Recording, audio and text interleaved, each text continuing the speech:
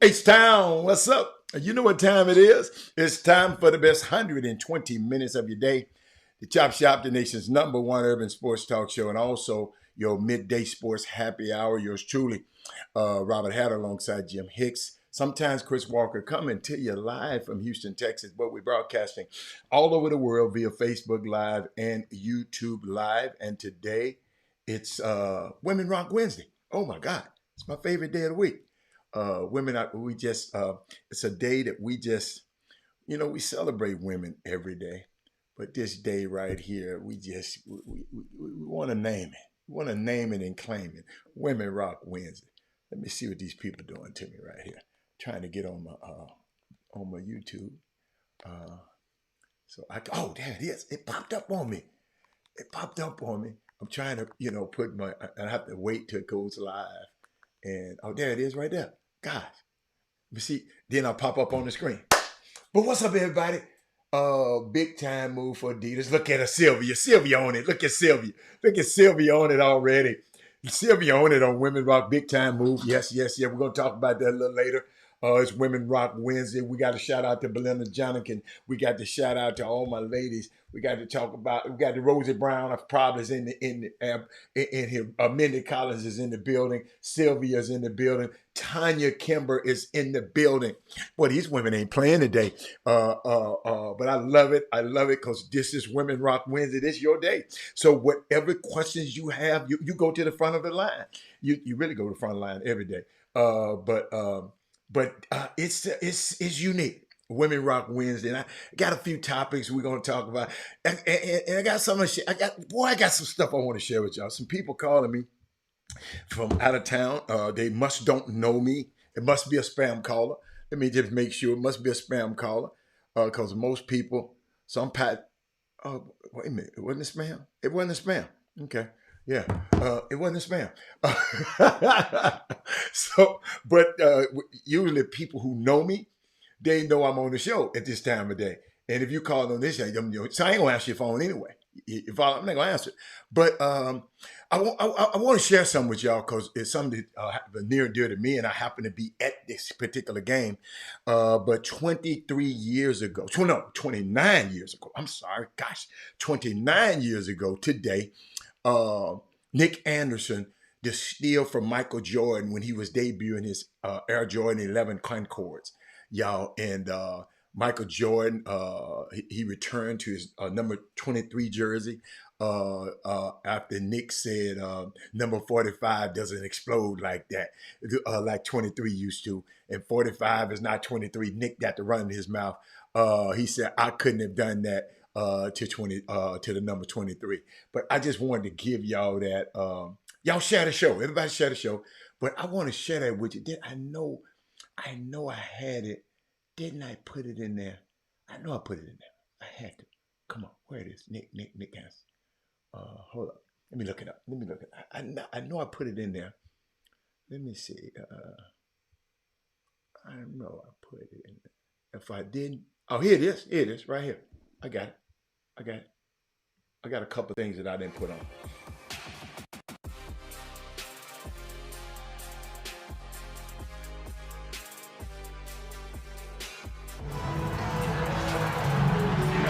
trying to steal it. Jordan dribbles around him. Clock is down to 12, and Anderson stole the ball. Holloway picks it up. 2-on-1. Penny bounced past the ground. He got it. 6.2 seconds to go. I don't know where I was sitting, but I was at this game.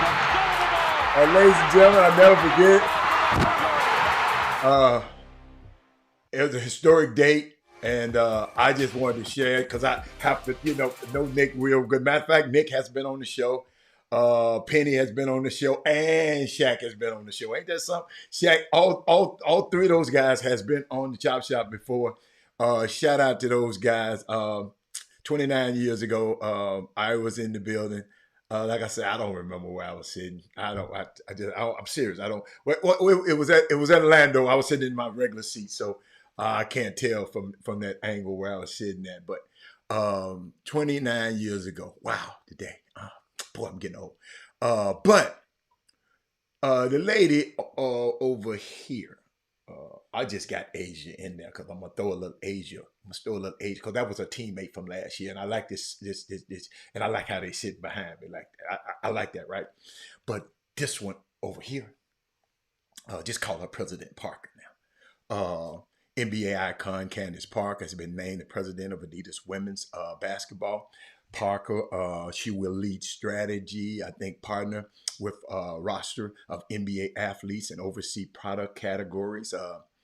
Her Ace series was the first women's signature basketball shoe in the company's history. So, but I was thinking about something, y'all. Would it be kind of dope?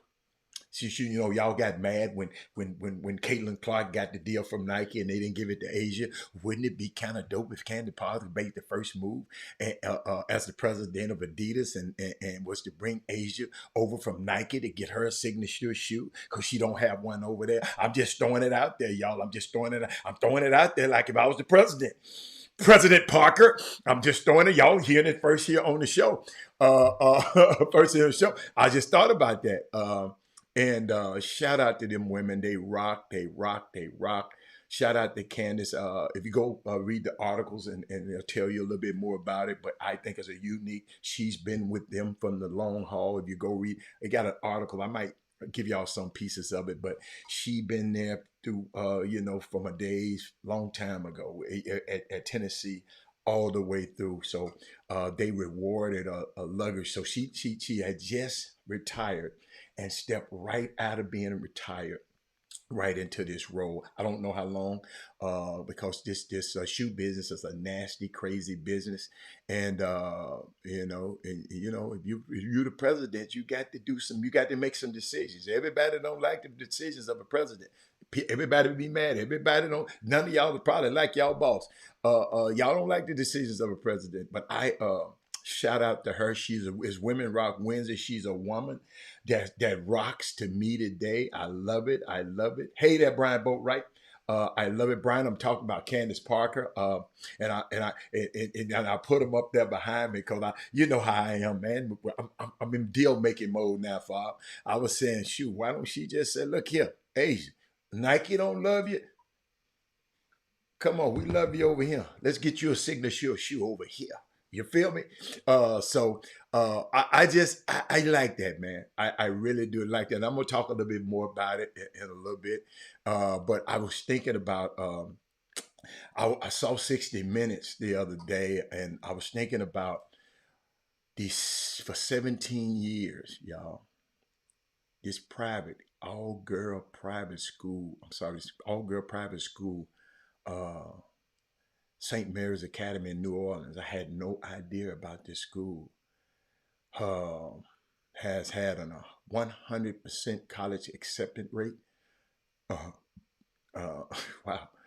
Calcia Johnson and Nakia Johnson, math prodigies, who in 2022 they solved the 2,000 year old mathematical puzzle are testaments to the school's excellence. These two young girls, if you go look at them, they was working on the Pythagorean theory, and they both induced that the Pythagorean theory can be solved through trigonometry. And everybody, I mean, these two young girls is brilliant. And they said they don't even like math. They want to do something else. But I can't wait. I think I talked about them before, but I want to talk about them again. But I just want to show y'all this what's going on, man.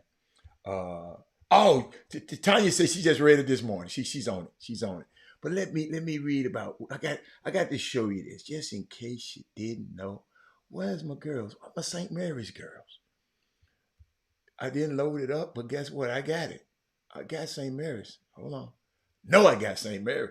If I ain't got nothing else, I think it was just so much stuff. Oh, here it is. It was so much stuff I had to download this morning. It was Scholarship. those last two young ladies are the ones I was talking about that solved that 2,000-year-old math problem. And they said, oh, no, we're not doing math. We're going on to do one going to pharmacy school, one going to be an engineer. So I just love it. It was Women Rock Wednesday. Y'all, it's nothing that we can't do. And everybody always talking about what we can't and guess what? And wait a minute, guess who makes them jackets? Wait, hold on, let's go back and look at the jackets again. Cause the ALC collection makes the jackets. Hold on. Y'all share the show now. Come on now. I got something for you today now. I'm gonna share something with y'all in a few minutes. Not now, because I need more people listening to this. I'm finna share something so profound. Just keep watching. Just keep watching today. And it's just so much, man. Not those, the Letterman jacket. Oh, not those particular jackets. The Letterman jackets for the school. Okay, all right. The Letterman jackets for the shoe.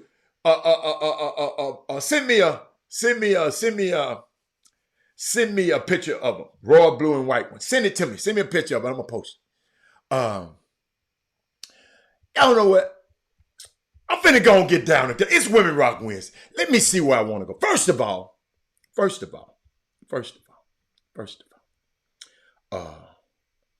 I'm so glad they suspended this clown.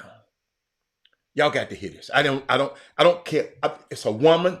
It's Women Rock Wednesday. I don't like this, and I'm glad they suspended him. Watch this creepy ass dude. Hi, Caitlin. Greg Doyle, Indy Star. Real quick, let me do this. You like that? I like that you're here. I like that you're here. I do that at my family after every game. So hold up. You're in a press conference, clown, and he said, "I liked it." Y'all, I like this the way you do this. She said, "I do that to my family." In other words, she's a little uneasy right now for a grown ass man to be talking like this. Watch this. Okay, well, let's start doing it to me and we'll be able to get along just fine. So, question. And those folks laugh, start doing it to me, and we'll get along just fine. Watch this. Hi, Caitlin. Greg Doyle, Indy Star. Real quick, let me do this. you like that?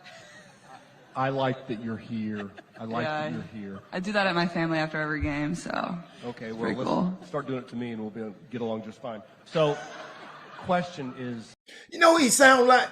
He sound like creepy, Caitlin. Creepy ass Trump.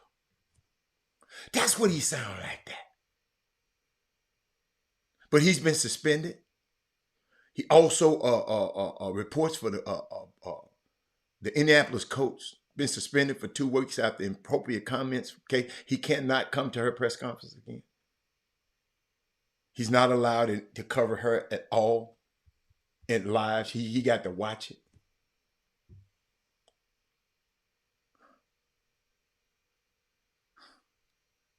What's wrong with these people, man? What's wrong with them people, man? Boy, I got some more stuff.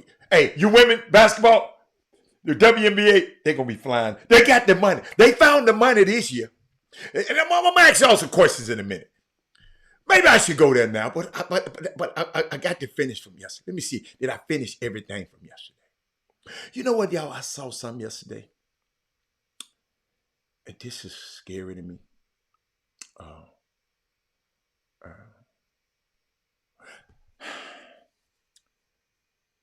First of all,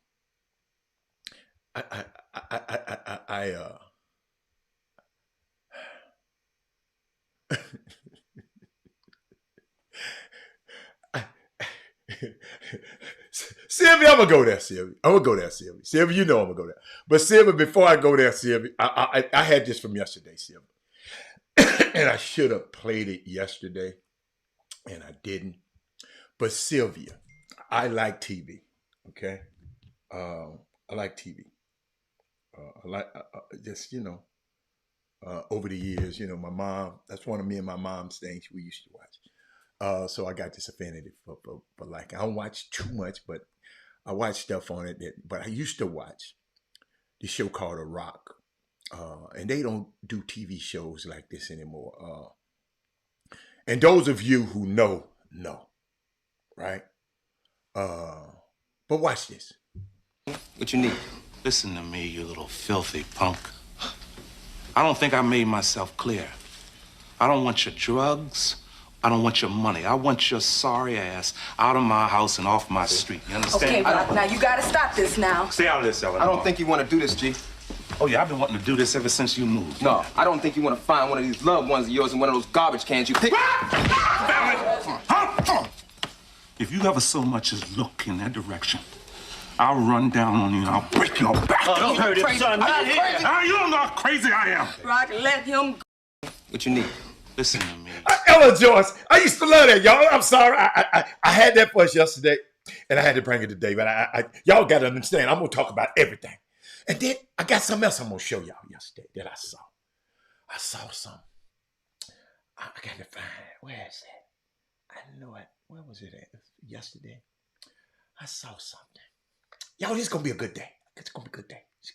Just follow. Let me see. Ant-Man was something about. Did I not put it? I know I did. I'm trying to find it, y'all. I might need to put my glasses on. Oh, there it is. See? Look here, y'all. When Anthony Edwards dunked that ball the other night. See, y'all think it's easy being an athlete. Yeah, they make a lot of money. But he dunked that ball. It looked in them stands. The other night on Denver. Let me make it big for y'all. Watch this.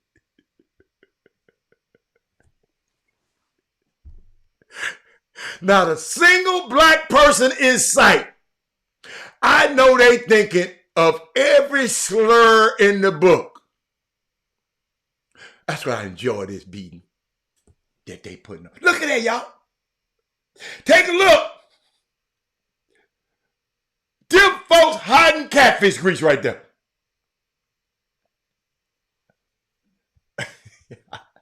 I'm sorry. I had that for yesterday. And I had that for yesterday. And shout out to my man, Teddy Bridgewater. He did something. He a high school coach now. And I meant to give you this yesterday. And I love this. I love this out people. But I had to show y'all that. Watch this. Fellas, this is what we got. Hey, take a look around the gates. Take a look around the gates. This is what I want us to do. I want all of us to walk along the gates and tell everybody thank you all for coming out, man. When we got the community behind us, Liberty City in Northwestern is a special place. Yes, sir. Understand that. Take notice of what the happened today around that fence. It's gonna be triple that, quadruple that come Friday nights. So walk around and just tell everybody thank you, man. I appreciate y'all. Way to work. I'll see y'all Monday, man. Hey, get better on 3. 1, 2, 3. Get better.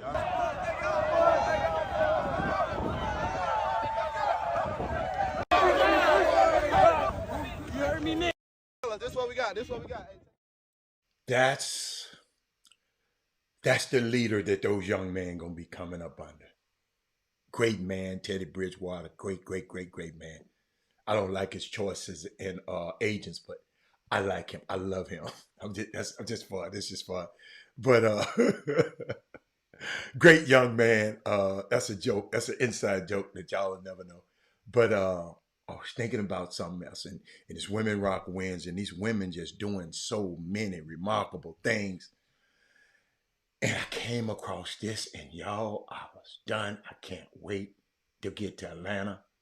Watch this. Come with me to this Black-owned farmers market right outside of Atlanta, Georgia. ATL Harvest is a family-owned and operated farm and grocery store in Ellenwood, Georgia, and the land alone is stunning. It smells like flowers right outside the store, and you can tell how fresh and natural everything is from the gate. I'm talking carrots, potatoes, okra, peppers, cabbage, kale, collard greens, oranges, lemons, avocados, you name it, and all at an affordable price. Some of what caught my eye was the natural soaps made with essential oils derived from vegetables and shea butter. Y'all, they smell so good. It was hard to pick, to be honest, but I ended up going with this one called Petal Dance. I also had to get some apples because they were so beautiful, and I later learned that they were in season from this helpful list that they have on display. Fun fact, eating in-season food minimizes extensive traveling and packaging, which emits greenhouse gases, and likely less food processing as well. I was sure to grab some ginger root, for instance, because I could tell that it wasn't pumped up like the ones that I see at the grocery store. They also had a plethora of natural teas, all kinds of jams, in-house made honey, meat, eggs, even quail eggs, butter, nuts, and they even have a grinding station for you to make your own nut butter. I'm definitely coming back to try the honey roasted peanut butter because that sounds so good. Being able to be sustainable while also choosing healthier, natural options for my body and supporting Black farmers is a 3-for-1. Try going green this spring and visit a farmer's market near you. Come with me to this Black-owned farmers market right outside of Atlanta, Georgia. Y'all know how they make me feel. Do we have that in Houston? I got one question. Do we have that in Houston? If we have that, somebody put it on the screen. Or if you find out later, email me at chopshophtx@gmail, chopshophtx@gmail.com. Let me know. Let me know. Let me know. Let me know. Let me know. It makes me feel so good. Young lady that shared that with us, and when people share stuff like that, I gotta talk about it. I gotta talk about it when people share stuff like that. Let's see what else I got, y'all. I got more. Let me just keep going. Let me just keep going. Oh my God! I just trying to make sure I didn't forget nothing from the other day. Did I talk about Angel Reese, right? Did I talk about what she did last night? Did I talk about them people? Somebody getting on the Twitter talking about, she all at the Met Gala. She all at the Met Gala, and then go get drove the next day because she had a game the next day. Did I tell you about them people? Let me show how she looked at the Met Gala. Hold on. James record on yeah. Thank you, darling. Bye.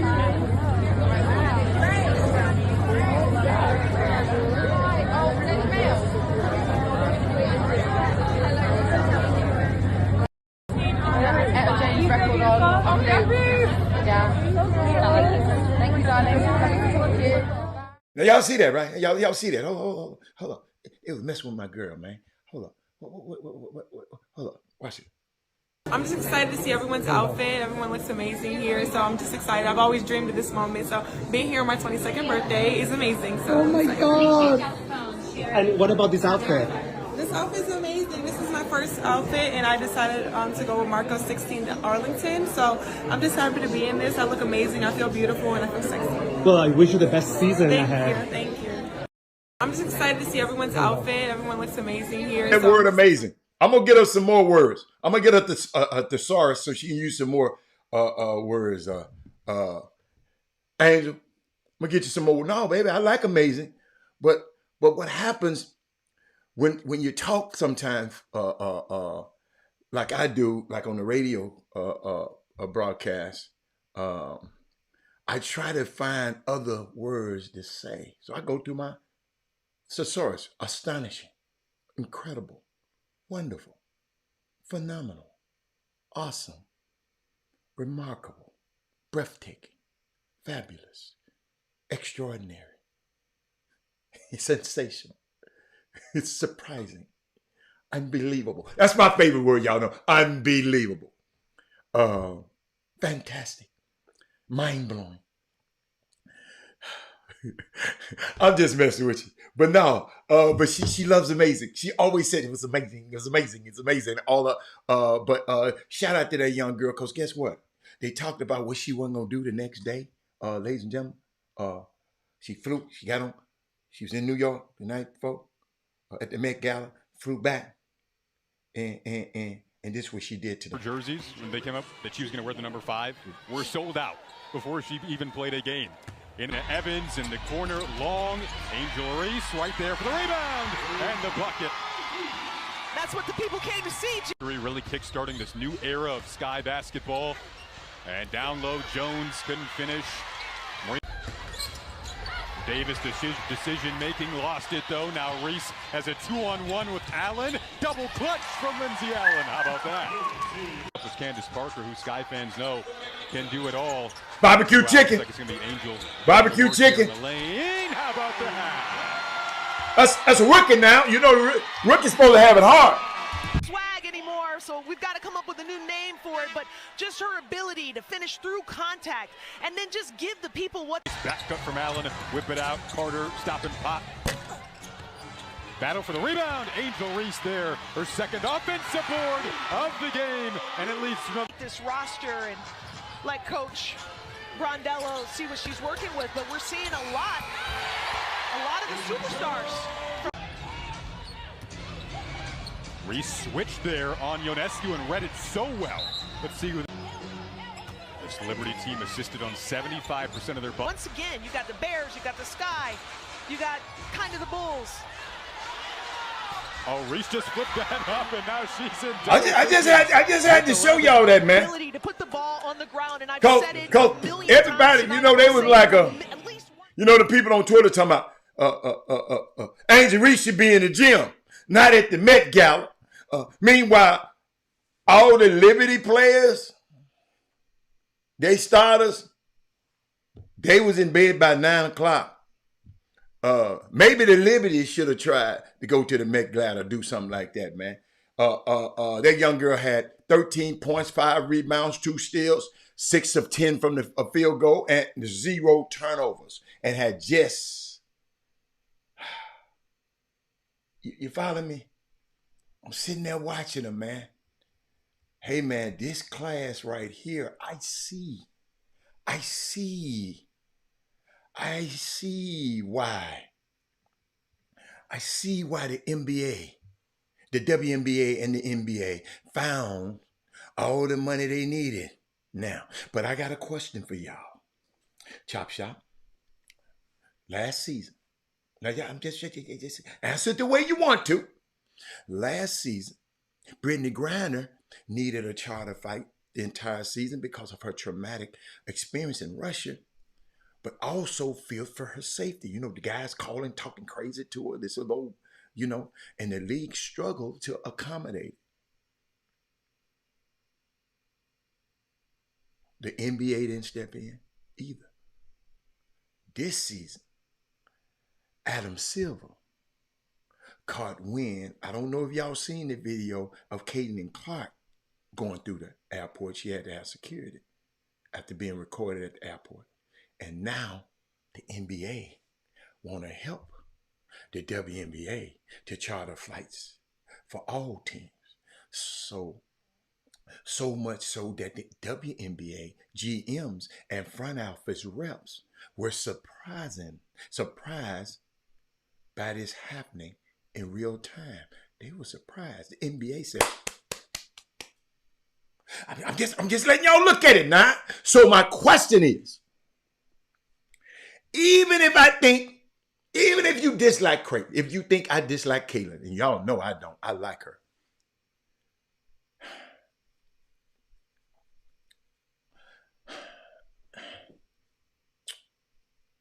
Don't y'all see something?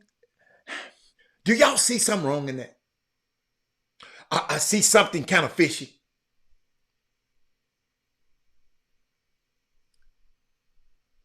See, they can't hide behind, we didn't know it was bad.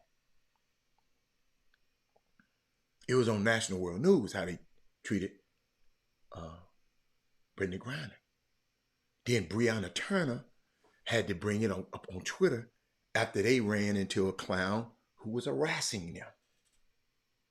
So they know. Now, listen to me. I'm just waiting on somebody. Sylvia's the only one putting her eyes up there. Y'all talk to me. Y'all talk to me. It's a win-win in general because it's been too long in the making. But y'all, can I tell y'all a story? Uh,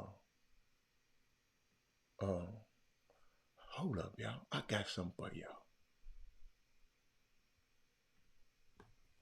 I ran into this article because I want y'all to be the smartest people at the nail shop. I ran into this information by Shanae Agumake. Check this out. She said this moment that you are seeing right now is a moment that has been molded by every woman who has ever picked up a basketball. This moment that happened yesterday. Chartered flights now. Every woman who has put their blood, sweat, and tears, y'all got to follow me this. And to playing and growing this sport, every one of y'all, all of y'all out there, some of y'all are probably on this feed.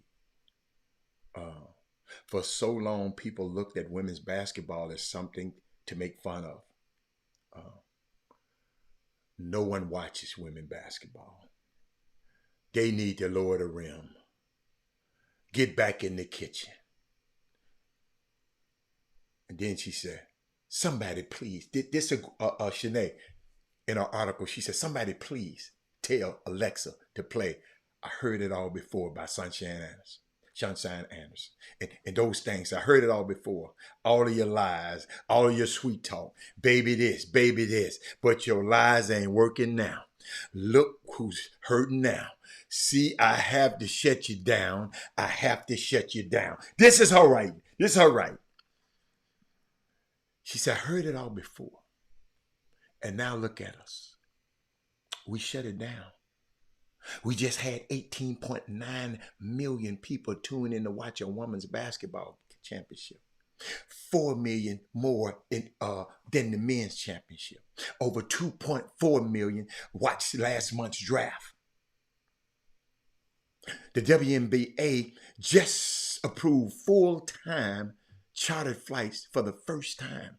Caitlin Clark's Fever jersey broke the record for the most jerseys sold for a draft pick ever across all sports. We have stars like Caitlin, Angel, Camilla coming to the W to prove themselves against the likes of Asia, Stewie, and Diana. Plus, there were plenty of rising stars like Juju, Paige Beckers, and Flage, ready to carry the torch in college. Fans are on a first-name basis with these players. We've gone from being the corny bit on Saturday Night Live skit to having one of our own steal the show. But these women ain't playing, y'all. It's Women Rock Wednesday. Y'all got to humor me. Tanya, I got more, Tanya. Tanya, I got more. They come from being the target of jokes to putting up juggernaut numbers. Sylvia, I mean. Hey, Sylvia. But even women basketball is shining. But even with the unparalleled interest we're seeing right now in the women's game, there's still a lot of misinformation, which is why it's now the perfect time to break the cycle. AJ Moore, what's up? Watch this. All the misinformation y'all been hearing about women's basketball. Shanae Agumake is allowing me to share it with y'all right now. Watch this. Let's see what she said. Which is why now is the perfect time to break the cycle, to talk about the real issues. Let me give y'all the real issues that was going on, because there is a lot at stake right now. There's room for exponential growth, room for more storytelling, more investment, more roster spots, more viewerships, and yes, higher salaries. You have questions, I know. I have answers, she said. What's up, Sonya? She said, I got answers for y'all. You got questions. So just like she said, I say daily, on the ESPN, or she on ESPN. Let me talk nerdy to you. Not dirty. Let me talk nerdy to you. Ooh, I love this girl. I love this little girl. Ooh, I love her. She from Houston, y'all. Y'all gotta leave it. Y'all gotta leave it. I'm proud. She from Houston. Hold up. So the question is, you know some of the questions, right? Why is Caitlyn making less in the WNBA than the WNBA mascots? Okay. Let's talk about these rookie deals. Okay. So you're gonna be the smartest lady in the nail shop now. I know y'all locked up. Y'all looked up y'all favorite players and from the draft, and y'all saw their salaries. You know, they start posting it everywhere. And I tried to tell y'all on the show, what? Sinead finna help me. I've been telling y'all. It's a dude had the nerve to come on here and say something. Hold up. Dude had the nerve to come on. Hold up, y'all. Hold up. It's a dude had the nerve to come on this show. Oh, I got the white stuff on me. Oh, okay. Had to come on this show and said, about, guess what Rich Paul said? I said, what did he say? That these high school these kids are playing too many games. We've been saying playing that shit. We've been saying it for 8 years on the show. But he gonna put some on. Y'all peace people. So Tanya, make sure you let people know this way you heard it at. But watch this, son. Watch this, son. I'm gonna tell you about these salaries. See, what happens? All the screenshots, you get the flying everywhere, talking about she don't make this. But this year hit different.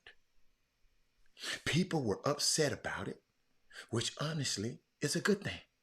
Because the conversation finally shifted from, well, y'all don't generate enough money to pay these players.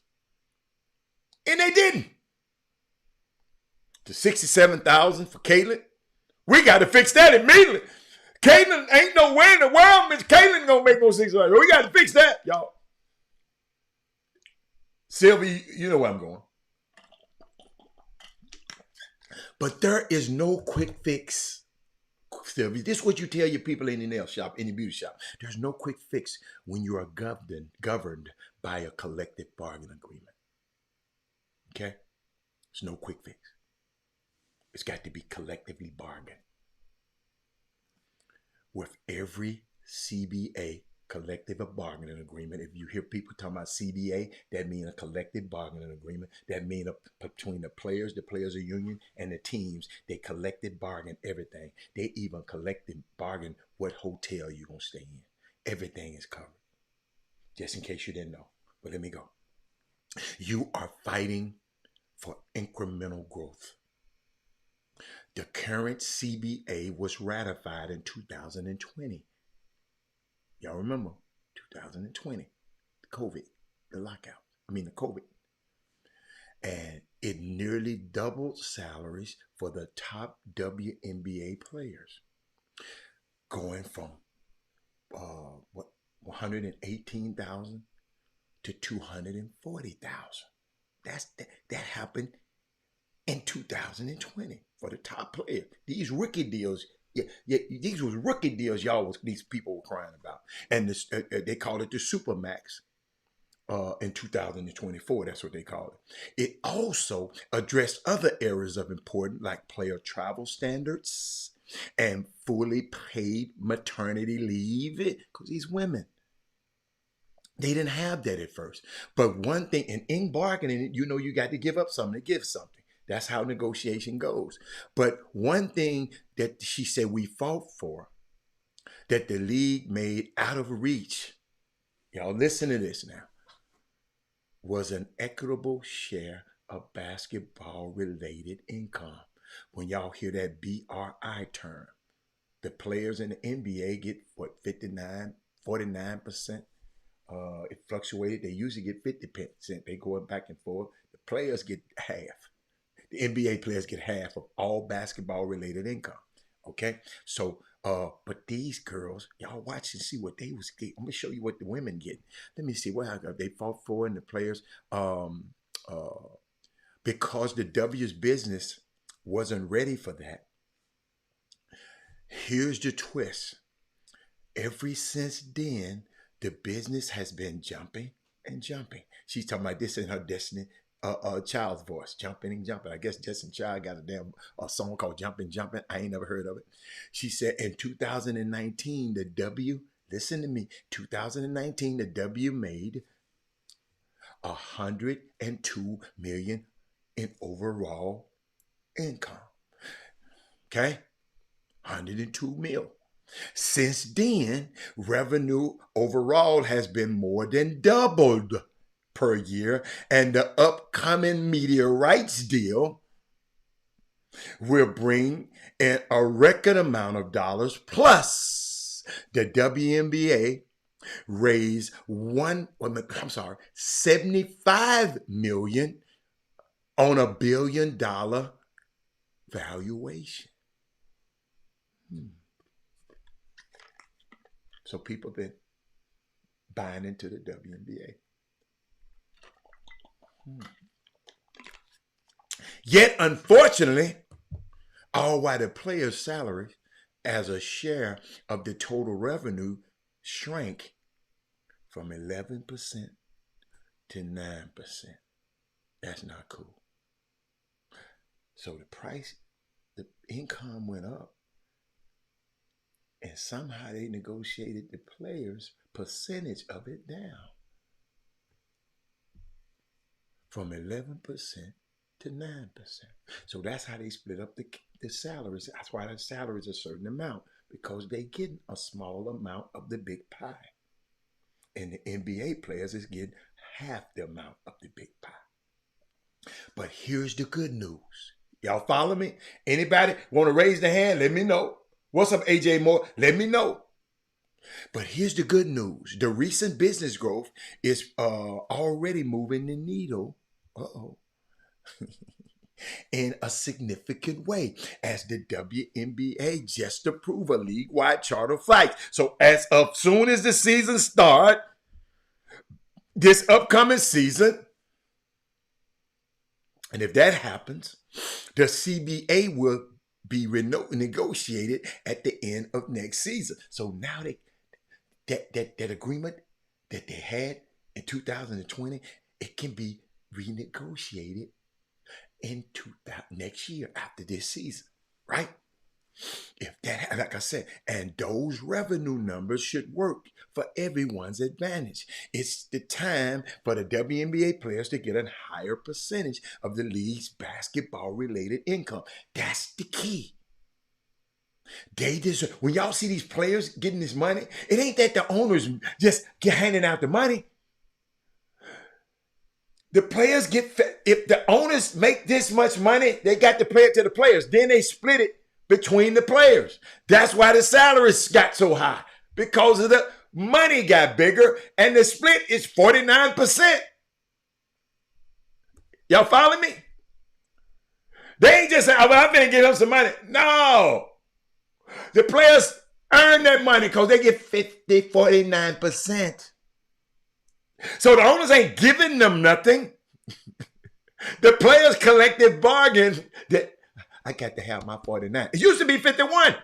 And then they gave away the 2 points. I don't know what. They must have wanted something. Y'all follow me? So let me go. What time I got? Okay. I'm looking good. But they do deserve much more than the 10% that the players earn now. And when that happens, the rookie salaries won't look as crazy. Instead, it would hit a solid 6 figures. Okay? All right.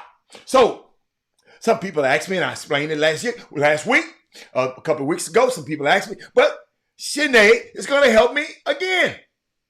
Because people said, why should players turn down the NIL, Robert Monty, and go to the WNBA?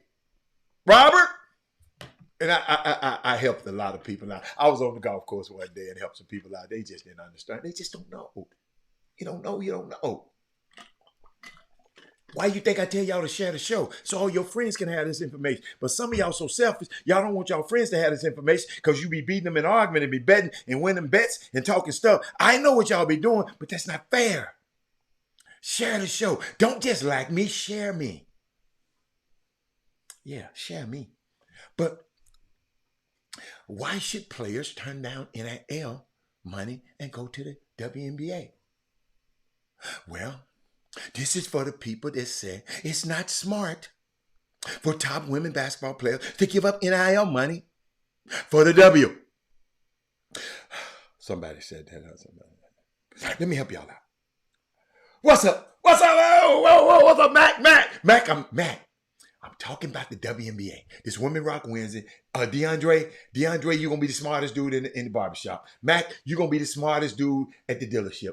Because when somebody going to ask you, why should players turn down the NIL money and go to the WNBA? Why? Why Angel Reese left? Why did Caitlin Clark left? Why did they? Because they knew this information that I'm about to give you. Okay? That's why they left. All right? I gave it to you last week, a couple of weeks ago, but Sinead Ogumake helping me right there today. Oh, she said, this is for the people. Okay, forget that. See, ultimately, the reason why Angel Reese and every other top rookie who made bank in college signed up to the WNBA is because of two things. Look at that. Look at that. Because of two things. I'm finna give it to y'all. All right?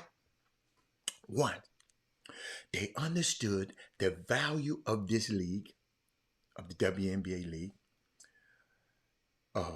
this league on and off the court, right? At the pro level, financial opportunities and the freedom to pursue them have no limits. You have limits in college, which enables players to take their star to an entirely different galaxy. For example, let me give you an example. When you are a top player in college, you have to wear the shoes on the court that the university negotiated. And on top of that, NIL deals can only exist for a duration of the student athlete's time at the school. But by going pro, ladies and gentlemen, these players have been who have been at the pinnacle of the sport world doing March Madness can now leverage their opportunities into long-term deals. Case in point in case, Caitlin Clark had a Nike deal when she was in college. But now as a pro, she's able to secure the Birkin bag long-term agreement, 8-year, $28 million, while also doing a deal with Cambridge. You know who Cambridge is, ladies and gentlemen, which is the naming rights of her NBA arena, right? They won't allow that to happen at Carver Hawkeye Stadium up there in Iowa. And two, that was one, in case you didn't know. And two, they wanted the challenge. Simply put, being in the W allows them to prove themselves against the best players in the world. This is how, she said, I've always seen it. High school makes top players. College makes stars. The W makes legends. By the way, we'll see young stars. We'll see more young stars will have their welcome to the league moment. She said, I never forget the time that Tamika Catchings crossed me and I touched earth. And she said, I still thank her every time because she didn't make the shot. The WNBA tests young stars like nothing else and reveals what you're made of. This is why you want to go to the WNBA. The foundation of your basketball career is established in high school and refined in college, but the W is where you come to cement your legacy. This is, y'all got to understand, is this then somebody asked me, somebody asked her, is this the most important moment for the future of women basketball? Y'all learning something here? Just give me a heads up. If y'all learning something here, let me know. Let me know if y'all learning something. If y'all ain't, I'm going to stop. If y'all ain't learning, I'm going to stop. Oh, I got something else. If anybody getting something they didn't know. I guess it take you a long time to say yes. Let me give you a second. Well, I wish I could play that song. I wish I had that that Jeopardy song. No. Let me play. Let me hold up. I got some music for y'all. Y'all think I ain't got no music? Hold up. Let me see. It'd have been me. No, that ain't it. No. Come on, man. Hold up. I got some songs, man. Hold up. No, that's my, I got that one. All right. Hold up. Tanya Guts.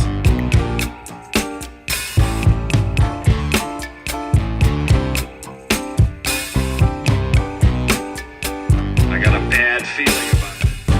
I'm overheated, can hardly sleep at night. All right, let me keep going. Y'all, I'm sorry, y'all. I'm sorry. Let me keep going. But let me tell y'all something. Somebody, they asked the question, is this the most important moment for the future of women basketball? She said, heck yes. But to know where you're going, you first have to appreciate where you came from. The WNBA launched in 1997 with icons like Lisa Leslie, Dawn Staley, fresh off Olympic gold,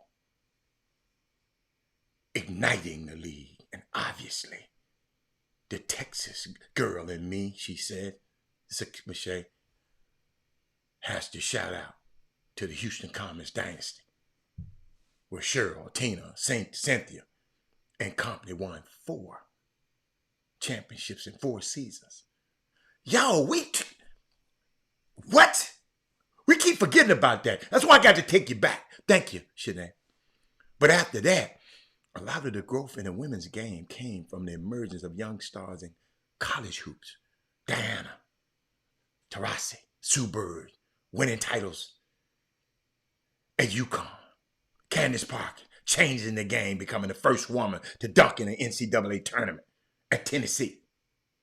Then came the hardest person that I've ever had to guard, she said, Maya Moore, who dominated in college and received the GOAT's blessing by becoming the first ever Jordan brand female athlete.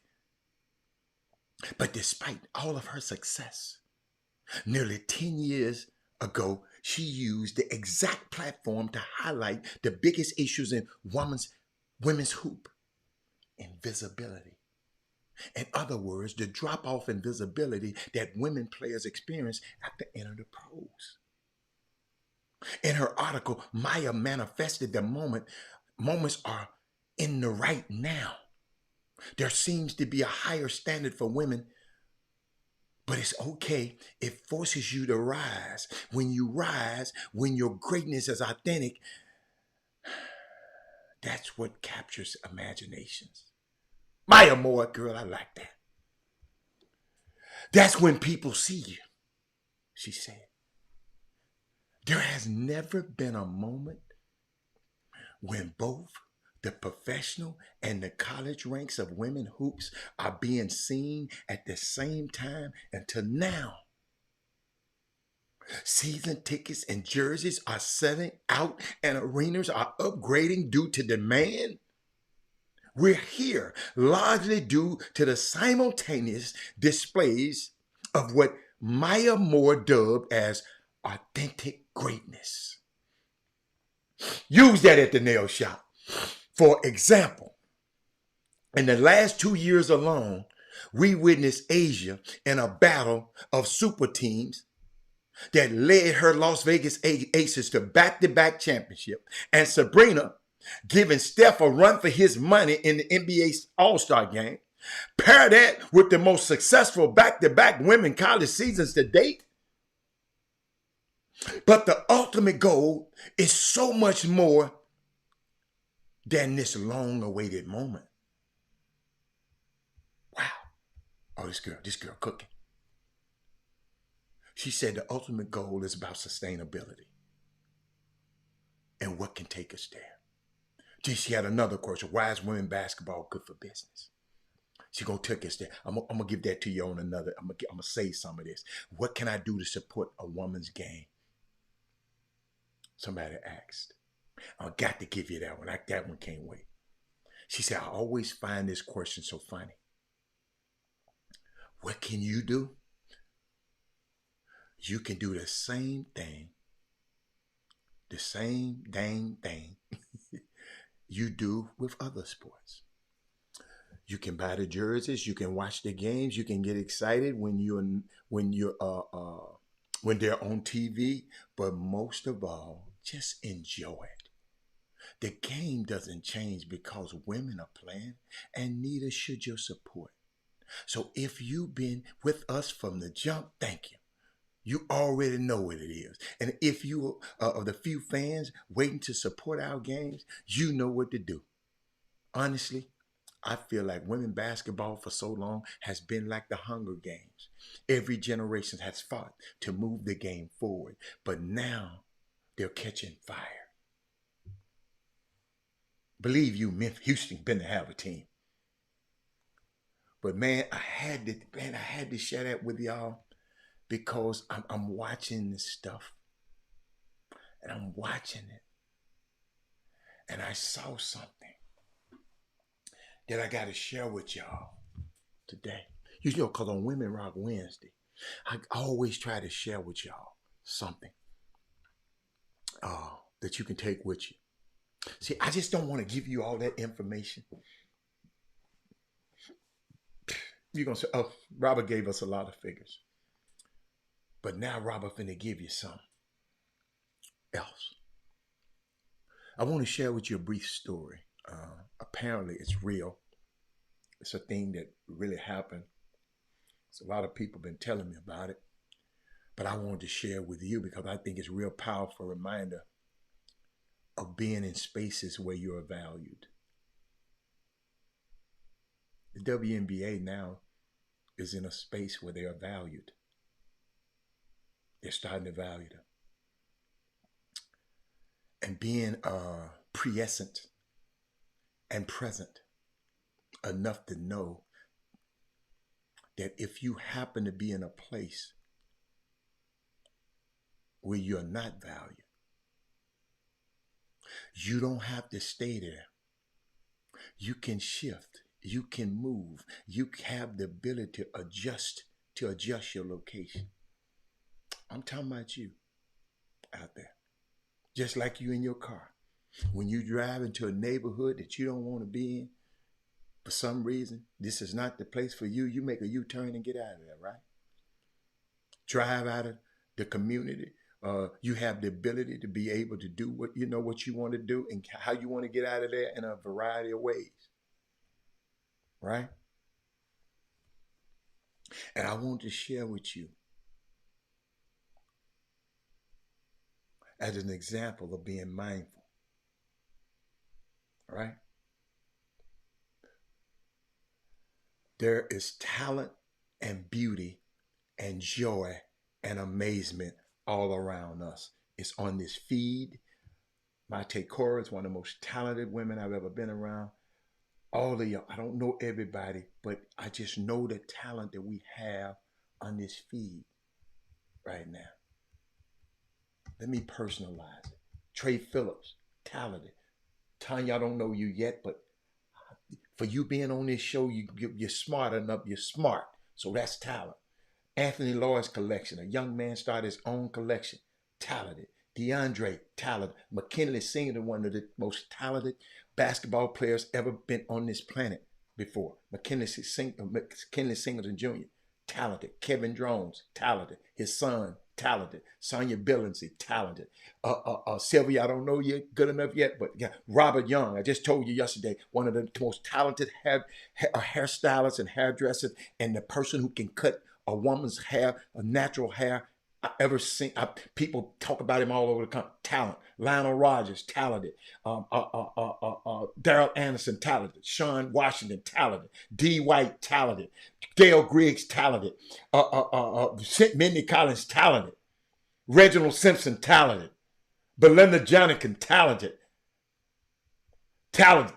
All up and down. Rod Wells, talented. All of y'all talented.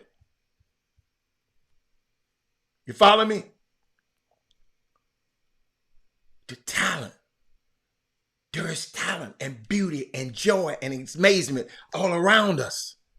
And if you're not being valued and appreciated, it's time for you to go somewhere else. That's why I don't play with y'all just show. I know what I bring. But we got to value it. That's why I tell you to share it. Don't just like me, share me. But here's the story. A violinist played in a New York subway for 40 minutes. My son lives in New York. A handful of people stopped and a couple clapped, and the violinist, they gave him about $30 in tips. Right? No one knew, but that violinist was Joshua Bell, one of the best musicians in the world. And on that subway, Joshua played one of the most intricate pieces ever written for violin. And this violin wasn't just a regular violin you can go get at, what's the name? Let's go, the Guitar Center. Hold up, y'all. Wasn't no regular violin. Matter of fact, it was a violin worth $3.5 million. It's a Stradivarius. Played the most intricate piece ever written for a violin on one of the most expensive violins. Played by one of the most brilliant players of this instrument. One of the experts in this instrument. Just 2 days before he played on the subway, ladies and gentlemen. Remember, only a handful of people stopped and clapped, and he raised $30 in tips. Just 2 days prior to this moment on the subway, y'all, Joshua Bell has sold out the theater in Boston where the average seats were $100 per ticket. The experiment proved to him that extraordinary in an often ordinary environment does not shine and is so often overlooked and undervalued. And that hit me. Man, we better raise our game up on this Chop Shop. Because I'm not going to be overlooked and I'm not going to be undervalued. And I know Jimmy is not either. I'm going to say this one more time. The experiment showed that the extraordinary in an ordinary environment does not shine and is so often overlooked and undervalued.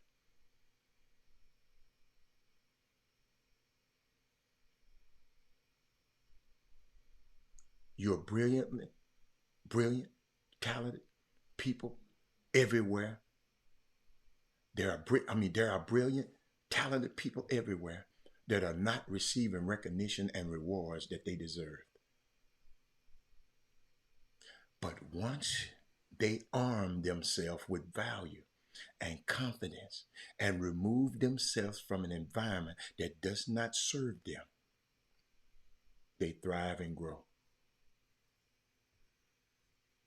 So when your gut is telling you something, listen to it.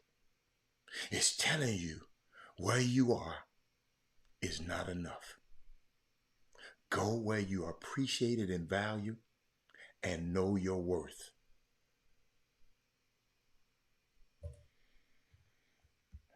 Hold on. I don't even waiting on y'all. I received that myself. Christopher Harris, thank you, baby. Christopher Harris, go where you're appreciated and valued. Know your worth.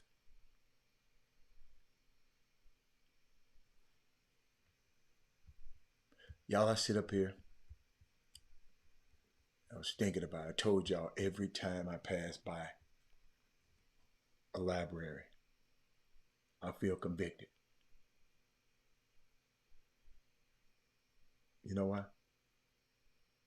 Because I don't have a book in there yet.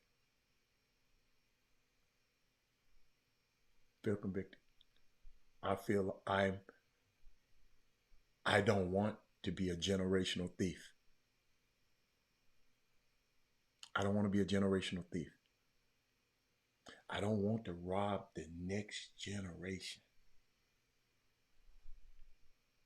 of what I have to give to them.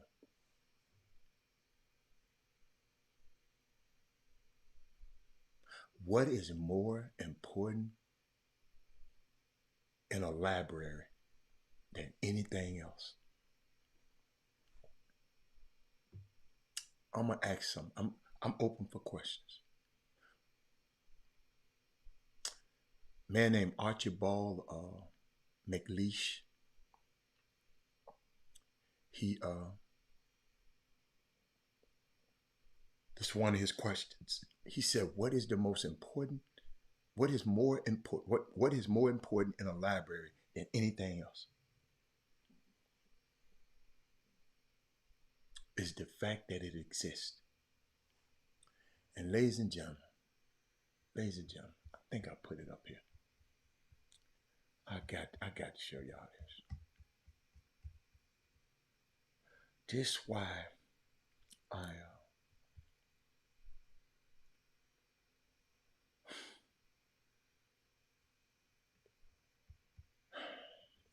this kind of stuff here gets to me.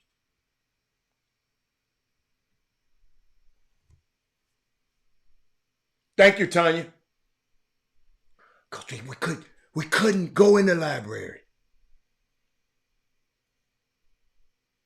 This real, ladies and gentlemen. 1960.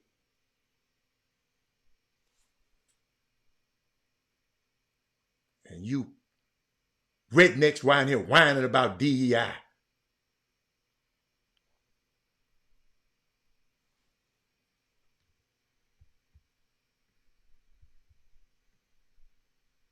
I see why though. What is man? Hold up. Why this man chopped this dude's head clean off? I see why. I see why they don't want us to read. Government. You said there's too much government in selecting one's toaster, I guess, or one's refrigerator, apparently, or one's washer and dryer.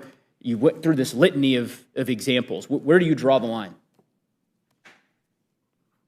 Where do I draw a line on what? Yeah, how do you see, you take issue with the federal government's role, in this case, with respect to the bill that you all have proposed. Where do you draw the line as to how much government is too much government? Well, there's 17 enumerated powers in the United States Constitution, and I think government has well exceeded that. I think a return to a smaller, limited federal government is better. Okay. That's how our founders envisioned this. That's helpful. That's what I was hoping you would say. You believe there's too much government in appliances, or the selection thereof. Do you think there's too much government in baseball? I don't think government has a role in baseball. You don't think government has a role in baseball? That's fascinating. Are you familiar with the Competition in Professional Baseball Act? Well, there's some antitrust laws. No, I didn't ask you that. I asked if you're familiar with that bill. I mean, I hope you'd be familiar with it because it's your bill. I am, yeah. Right? Yeah. You authored the Competition in Professional Baseball Act.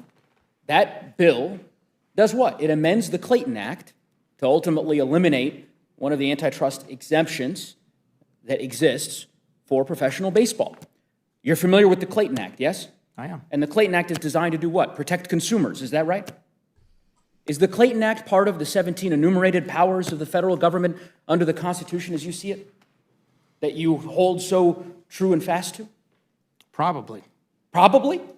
Okay, so looks like we found an exception. Maybe we can go down the list of some others. You see my point, Mr. Duncan. I said it was too much government. Oh, yeah, I understand, but apparently too much government in the case of the bill that you proposed, but not too much government in the case of professional baseball, where apparently you've introduced a bill, or at least you introduced a bill. Trying to roll back Hold some on, of Mr. government. Duncan, I'll finish Just my like this is statement, and trying. I'll give you an opportunity to respond. Now, later on in the conversation,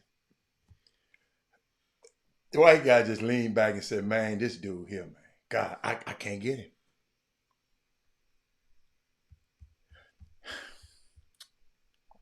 Y'all, so much going on out here. Thinking about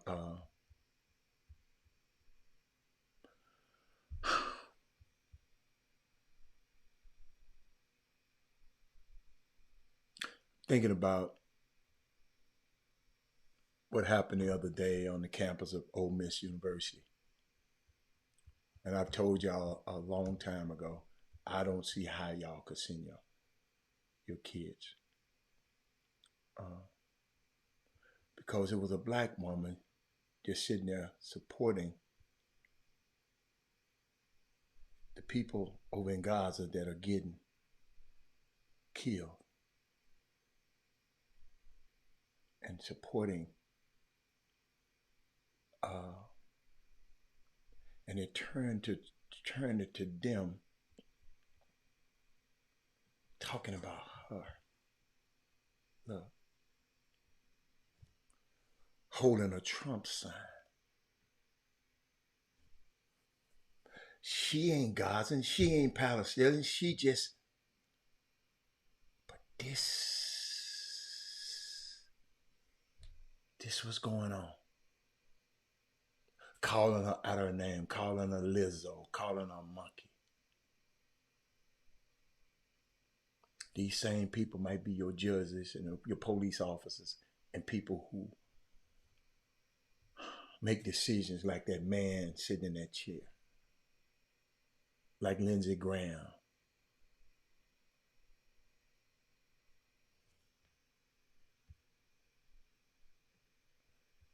See,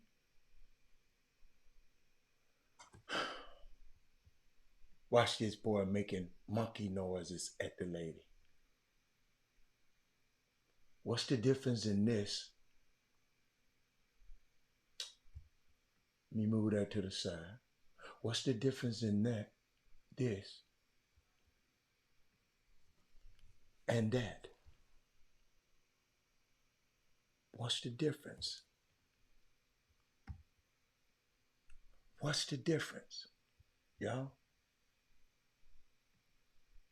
That's why I said, yes, we got to hold Jerry Jones accountable for being there, trying to stop them kids from being that. These guys right here.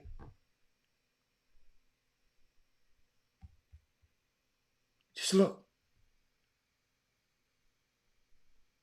She's just supporting the protests. But they made it black and white. She didn't make it black and white. They made it black and white.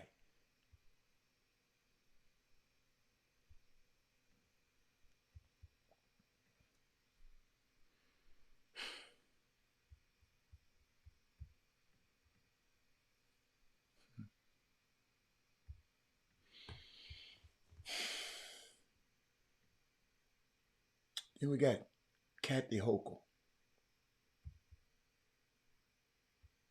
the governor of New York. Got to show y'all this sometime, because y'all, I don't know what the hell y'all be looking at. We got to know some of this. We talk about sports and high school basketball and all that old shit all the time. Young black kids growing up in the Bronx who don't even know what the word computer is. They don't know. They don't know these things. And I want the world open up to all of them, because when you have their diverse voices innovating solutions through technology, then you're really addressing society's broader challenges. Young black kids growing up in the Bronx who don't even know what the word. And she thinks she's being compassionate while exposing her very low regard to poor black people. Y'all, racism isn't just hate. It's also evident of low expectation. See, the Bronx is full of coding and teaching programs.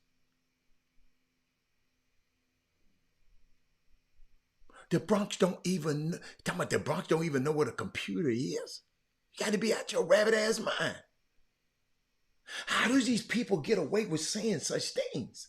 But she was appointed. She wasn't voted for. Her ass, somebody else left. When they run Cuomo ass out, she was appointed. So her ass was not, excuse me, Lane, she was not voted for. Just in case you didn't know.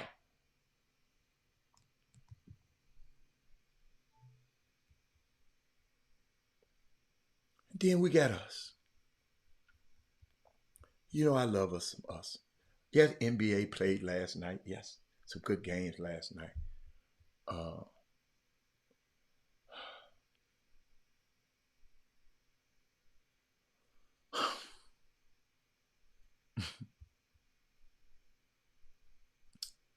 Hold on 1 second. I'm trying to find something I want to share with y'all. Saw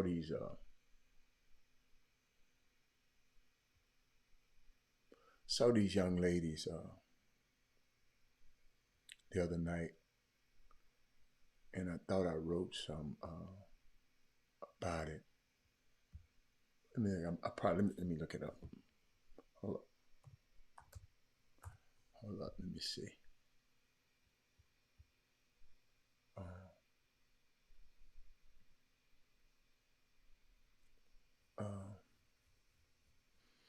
It was about, I didn't do it. But I was thinking about, you know, we was talking about Mate went to your boogie down Bronx lingo. What did Mate say? Let me see her try that on the train. Y'all, sometimes, man, y'all,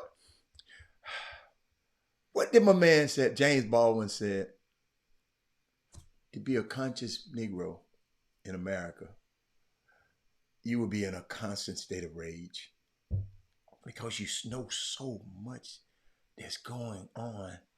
And I'm trying to find something, trying to find where I want to go from here.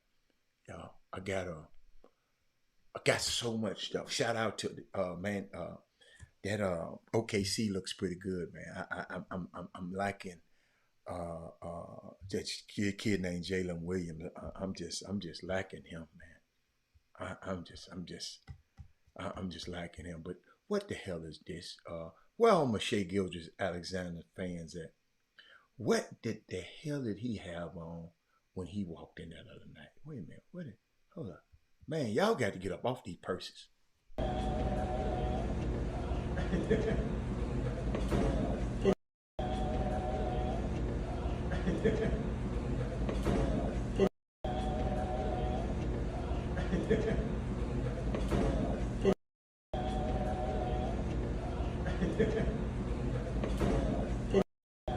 He was all right till he had the purse on.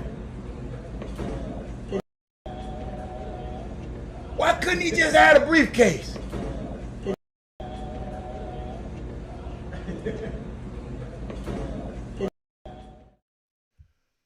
I told y'all I had to say something. George Witt, sophistication outside is not racism. Hate, steal, dumb. Absolutely. Yes, sir. Yes. That ain't no tote bag. That man had a purse on.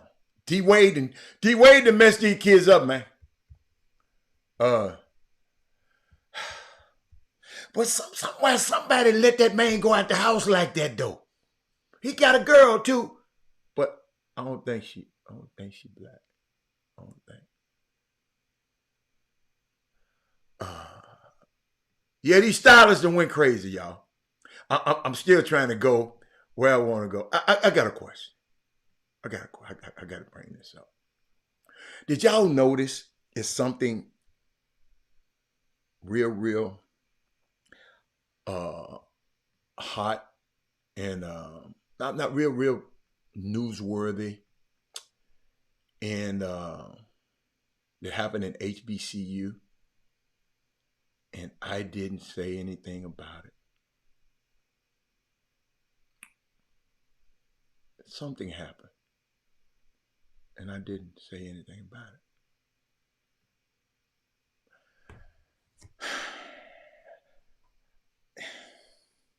But apparently,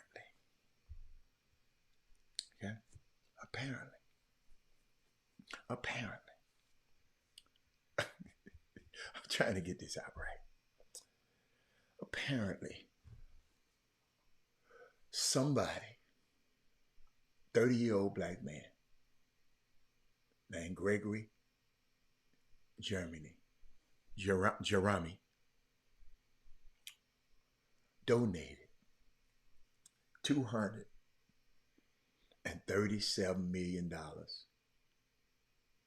to FAMU.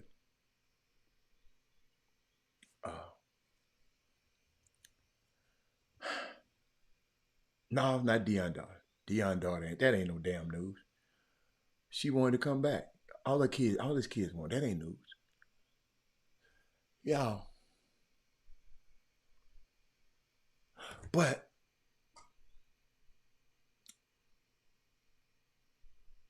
they just show up on graduation day. The board had no idea this was going to happen, with a big old check saying this man, 30 years old, black man, finna give $237 million. I was all proud because I was saying, damn, my faith, he must have a whole lot left over. How much he got left?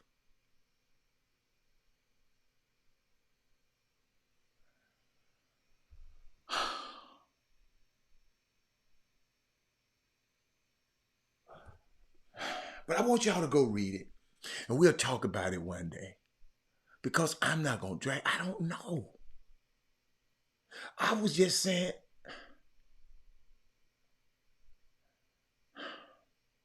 this ain't got nothing to do with the internet right now. I talked to some people at FAMU. Tell me what you having a serious issue with the internet about.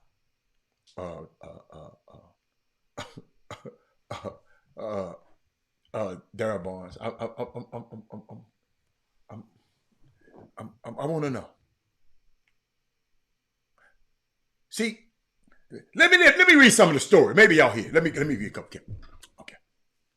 As excitement ran into online belief related to the past weekend's record $237 million donation to Florida A&M University, donor and CEO Gregory Jeremy says he don't understand the misgivings about the gift. The stocks have been held by the university for over a month now. So I don't know where the confusion or the skepticism would be since it's already in the financial account with the university, he said. But the board has never seen it. The board don't know nothing about it. It's just the people that work there. The board hadn't seen it. When people give you gifts like that, don't you shit. Hold on. Let me read it. A 30-year-old hemp farmer, hemp, H-E-M-P. So you know, because some of y'all can't hear good. Hemp, go look that up. Hemp farmer, investor, and entrepreneur drew the national spotlight with his gift, which appears to be both the largest in history at FAMU and any other of the 100+ historical black colleges and universities or HBCUs in this country. But little is known about this dude. Nobody knowing his business or the Isaac Batterson 7th Family Trust that put up the money. See, they made a remarkable small online footprint and news that his $95 million transformational plan gift to Coastal Carolina fell through last year. Didn't nobody talk about it. But you can't do black folks like this because we're going to talk about it. Has further fueled alumni concerns. Hold on. I hope y'all listen to this. FAMU Communications Office set up a late afternoon online news conference Monday afternoon. It was Monday, this month, to clear up some misconceptions. Y'all, it's a whole lot. And then they said they had to sign a non-disclosure, so they can't tell the board about what happened. Ain't that a red flag? Now I can understand if let's say Eric Boone got an invention, and he want me to see his invention, but he don't want me to take it and use it. I will sign an NDA. I don't think that you're supposed to. But somebody giving you 226 and then telling you not to tell, you can't tell nobody to. Y'all, I don't know what's going to come out of this, but I don't know who this damn dude is. Just think, okay, $95 million last year that he didn't wind up giving Coastal Carolina, talking about he didn't like the way them people talking to him. And y'all got to see it. I think I got a video of it. Hold up, y'all. I told y'all need to share this show.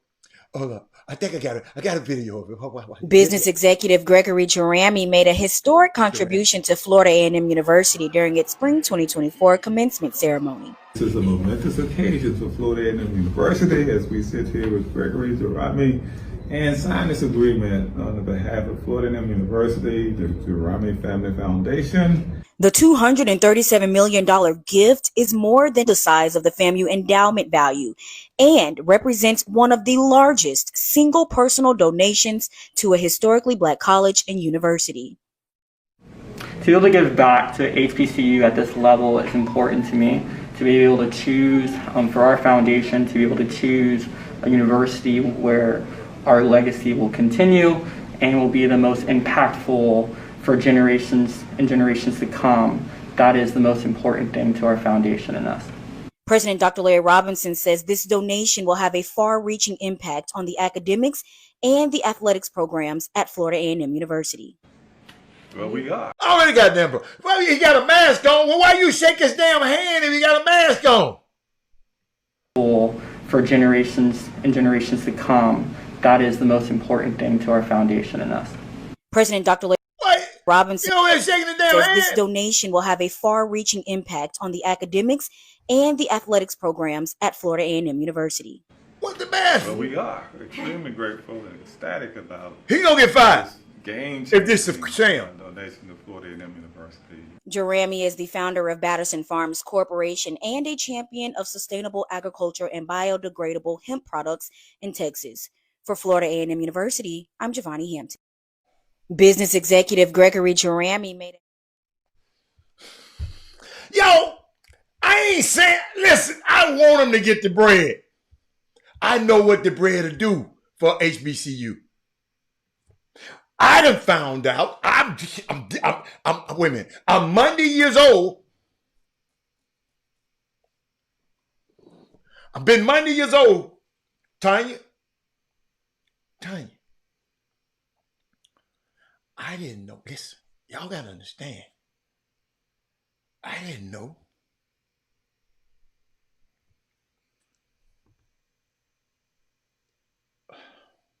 Prairie View's agricultural department was so expansive and great and doing all these great things. And I talked to one of the representatives from it at a Prairie View function on Monday. If you an athlete, I'm finna give you I'm finna give you a secret. And you going to A&M? I mean, not A&M. Prairie View. Oh, it's Prairie View A&M, right? Prairie View. Look into the agricultural department. They got bread. I shouldn't be saying it. I shouldn't be jumping the gun, but I'm listening. You tell your nephew to get his butt to the agricultural department.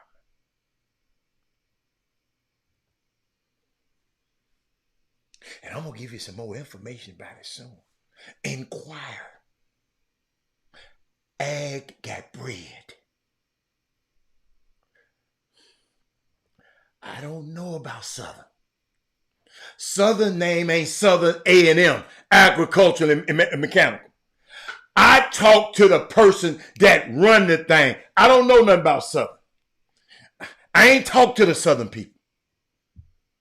Mr. Kevin Frayton.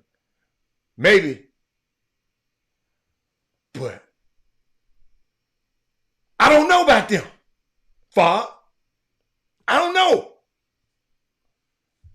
I talk to the person who make the decisions. And I sit there and listen to her talk for 30 minutes. Oh, she coming on the show. Forget how much y'all don't know. How many of y'all done told the young students to go and know about what nutrition does to your body? Because health is wealth. Because the richest man in the world, if his ass sick, he can't spend a dime. It's hard to drive a Lamborghini and you're sick.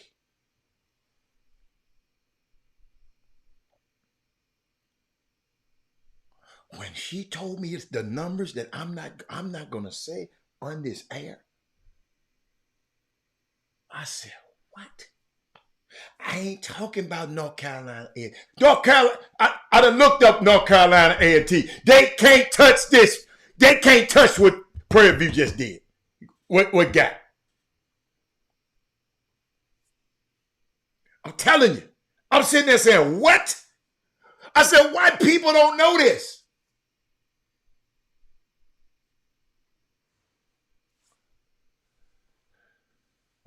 This man said, Hatter, I need you to, man, I don't need to speak on. Let's just speak on what's happening at University of Texas. I done spoke on this 100 times, Alfio. Me speaking on it, what's going to help? Tell me what it's speaking. I done talked about this about 10 times on this show. Where the hell you been, Alfio?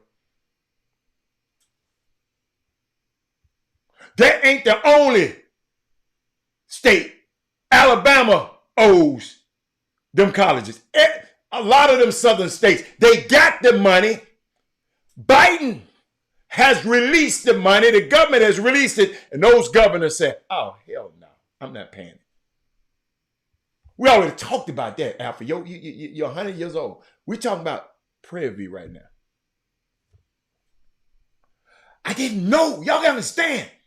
I'm sitting there talking to one of the head ones, one of the people who make the decisions, and we just talking. Shout out to Prairie View.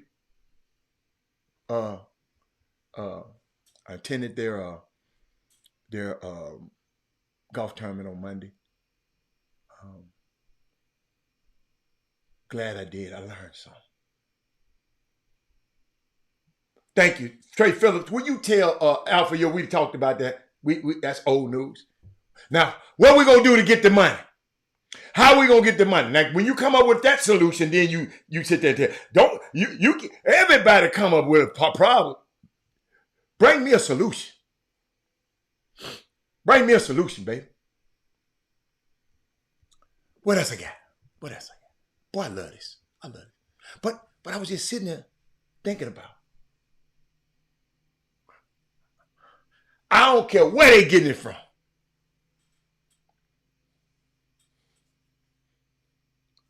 But this young man, so somebody gonna come. Let me see. You know what I love about y'all and love about this show? But I know some of y'all and maybe y'all just respect. This is not necessarily the platform, but I don't like rap, and I notice y'all been very, very. Cause I know some of y'all is in this Kendrick Lamar and Drake, but maybe y'all know how I feel about two black men talking crazy about each other.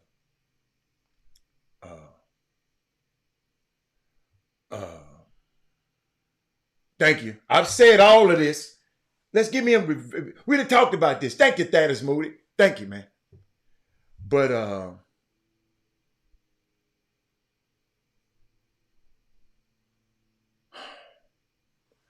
don't like these rap beats because just yesterday, I think yesterday, somebody purportedly shot the bodyguard at Drake's house. See, I've never liked people who egged on these rap beefs. I've never been one, maybe because I don't like rap. I just like to hear them. I don't like them talking about each other. Whether they be commentators or the so-called fans. Excuse me. These people care nothing about black men and actually enjoy seeing these men harm each other while they solely sit back being entertained.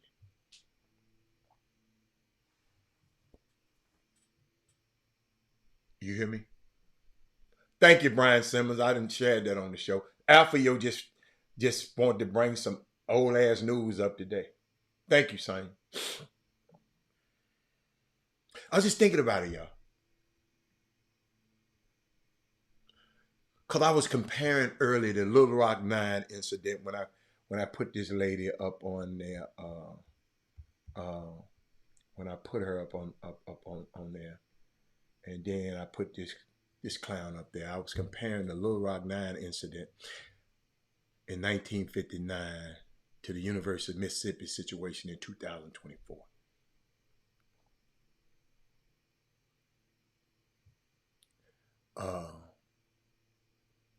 In a span of 67 years, it begs the question to white individuals, what has truly evolved in terms of white prejudice? This is a glimpse of a younger white generation inheriting the same detrimental belief from the desegregation era.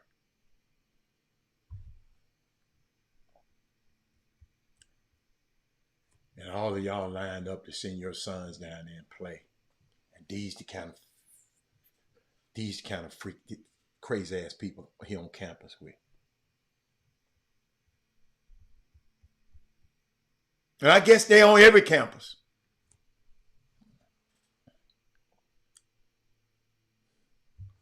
But it's just something about Mississippi, man. Look, I know that I didn't say Mississippi. I said something about Mississippi. Mississippi. Oh, man. Hold on. I got something.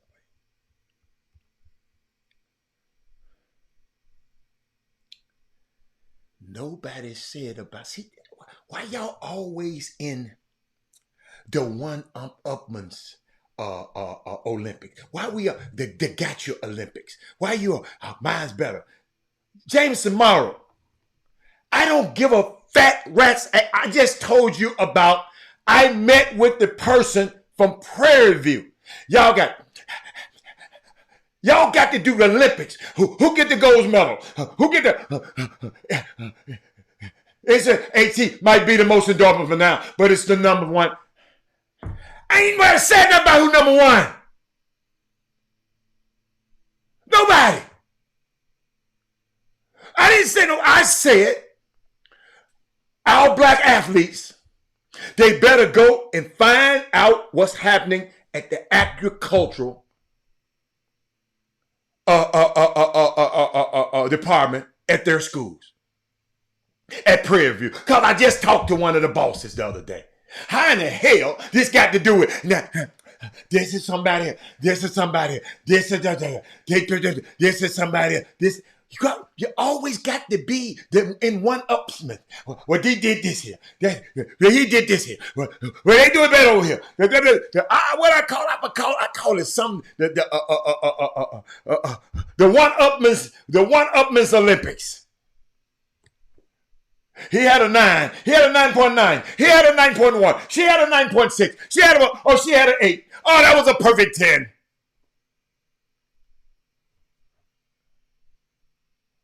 We talking about Prairie View A&M. North Carolina A&T has been known for years about there.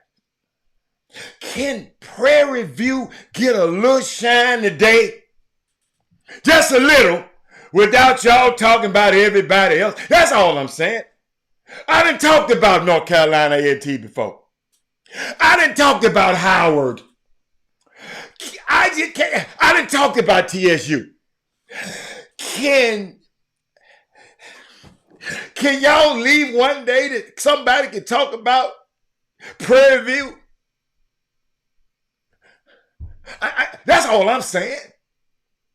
But now, Southern, Robert Heller, I done talked about Southern a million times on this damn show.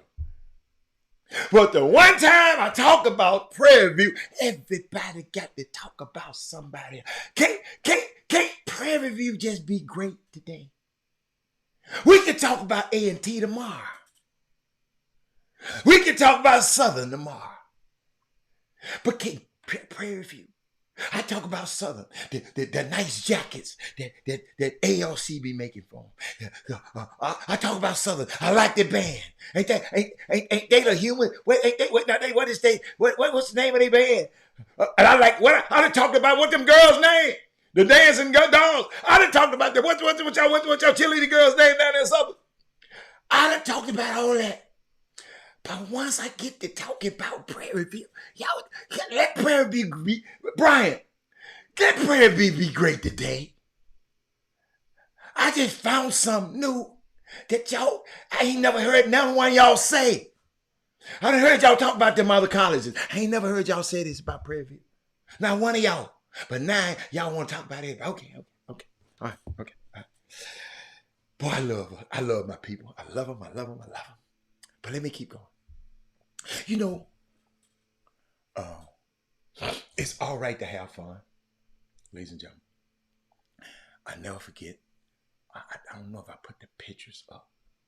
I didn't put the pictures up, but I go back with history and watch history. I see they said Martin liked to play pool, and Malcolm had this affinity for recording and taking pictures. You know, that's why him and LaRon Bennett was cool. It's said that Martin Luther King loved shooting pool and watching Star Trek. Malcolm loved taking pictures and listening to jazz. And I'm saying this, and you know, I'm saying this to say that activists, revolutionaries, freedom fighters from the past enjoyed things in life. They're not fighting 24 hours a day. They enjoy things. They smile. They love. They laugh with their friends and their family, and they had a sense of humor. They played sports. They danced. They're regular people. So stop using the iconized versions of these people to shame folks who find joy in regular things. Stop making it seem like enjoying things in life is against the rules of the struggles of liberation. Stop flattening these human beings into being seen as two-dimensional hero characters to be worshipped and weaponized. Because y'all think we have fun. All people, these people have fun. And I want you to have fun. Everything ain't, when I get off this show, I'm not thinking about this damn show. But what I do, I read and I study so much, so whatever I read and study just come out of me.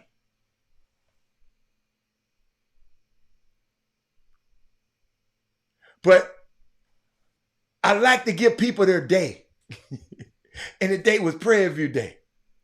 And nothing against y'all. Y'all don't start. Yeah, I'm going to start. If you just see, I ain't never in my life went to nan one of y'all jobs or nan one of whatever y'all doing and come up there trying to tell y'all something. Ever. But y'all come in on this platform and think y'all can kind of tell me what to do. Y'all don't know me that good. Y'all don't know me that good. But I was thinking about grassroots basketball a little bit. And,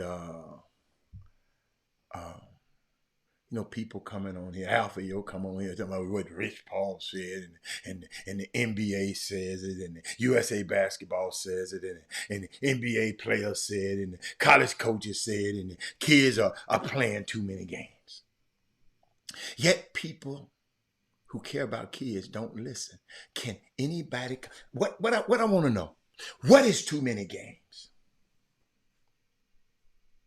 To all you people that talking about people, Alpha, yo, what is too many games? How you get good at basketball is playing the game of basketball. So somebody explain to me, what is too many games? And see, the NBA don't care. Y'all, I'm just telling y'all, they can always talk. Just think about it. How many players do they touch anyway?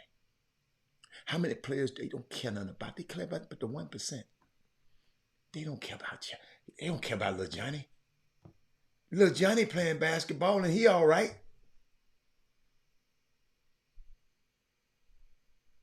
Tell me what is too much?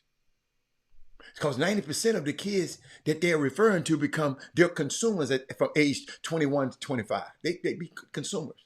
They buying the tickets. They ain't playing in the league.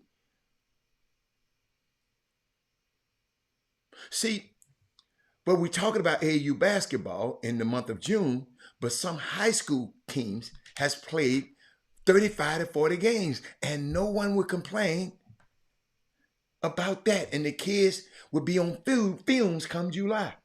Ain't nobody said nothing about the 30-some games they played in high school.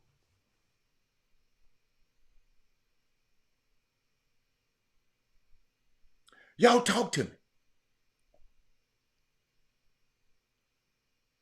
Kids, sports are now the predominant form of entertainment for parents. I know it. You parents can't. Boy, that's y'all entertainment. That's why y'all don't mind paying. That's why I ain't mad at the people who charge y'all ass enough. Because entertainment costs money, mama. Entertainment costs money. You go to Anita Baker show, you're going to pay. Y'all was scrounging up money to pay to see Beyonce. And now you can see it at the movie.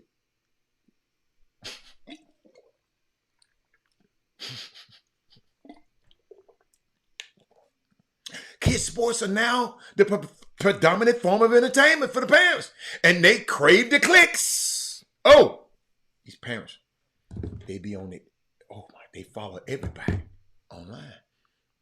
They crave the taste. They crave the attention. They crave the performance. They crave it. They crave the validation. They be at the water cooler at their job. Baby, your son here. Girl, I saw your son. Girl, they crave it. They're paying thousands of dollars so they can post photos and highlights of their child on social media. So no matter the cost, it's madness. I think college coaches could help by going back to focus on recruiting kids from their high school game performance. I believe most parents, kids think they have to play AAU club ball to get recruited. Social media and the desire. Basketball, volleyball, softball, baseball, travel ball, and AAU. Kids play, they said play way too much. And then people wonder why there's so many injuries.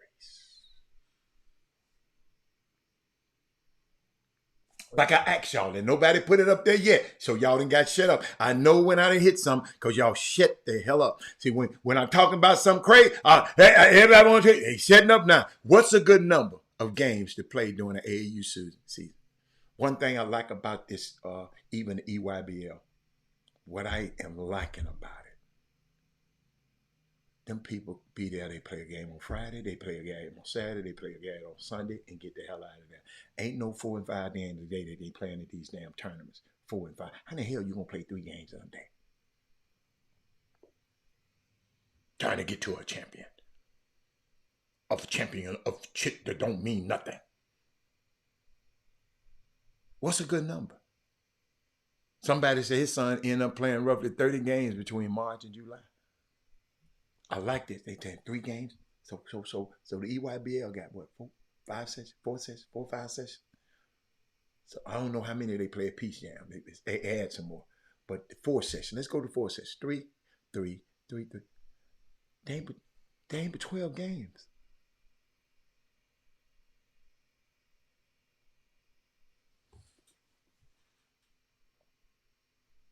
Might get up to 15, 16, 17 games. How you get better? You got to play basketball. I'm going to repeat. How you get better at basketball is playing the game of basketball. Thank you for saying something, Curtis. What's funny is just too many games wait a minute. It's just too many games to the people say it's just saying it. Either it's something say or because they're not the one coaching or benefit from it.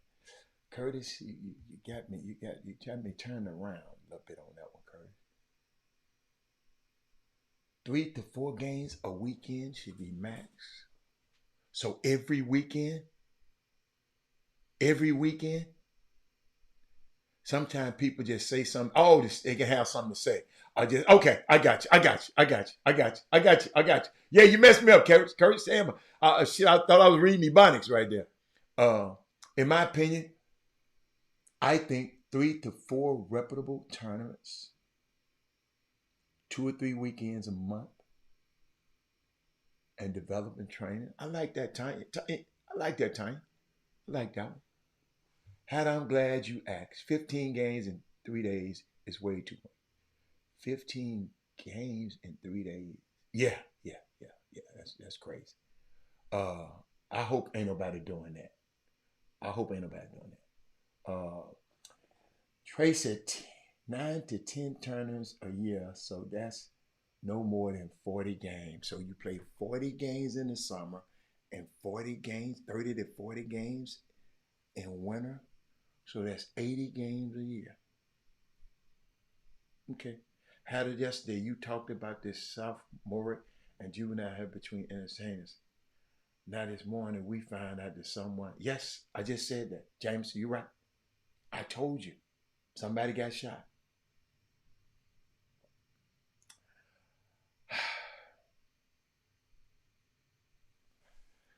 That's a good one though, James. I like that one.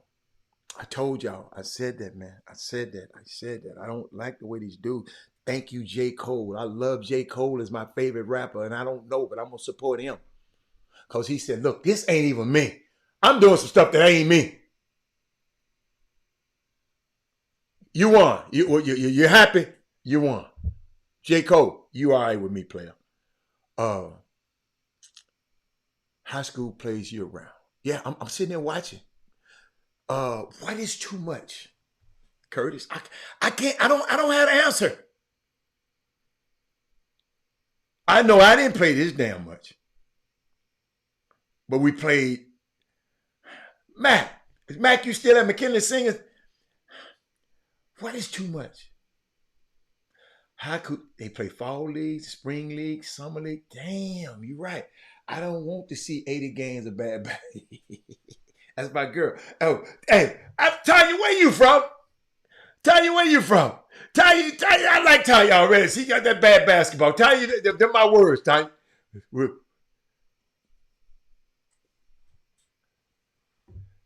Man, I don't want to hear nothing but no damn Rich say. Rich ain't even played no goddamn basketball. If I hear one of y'all talking about what Rich said,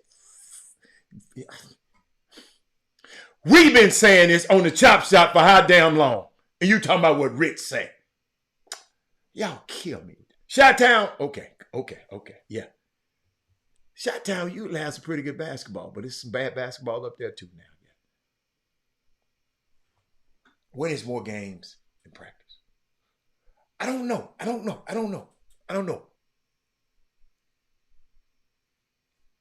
But I know a college asked me about a point guard. Because some of these kids don't even know what the point guard is. Y'all didn't explain it to them. Because my mom, I mean, some of these mamas and some people don't understand. First of all, to be a point guard, you got to be tough. Because your job is to take out the head of the snake of the other team. It's going to be their point guard. He's going to be tough. So you got to be tough.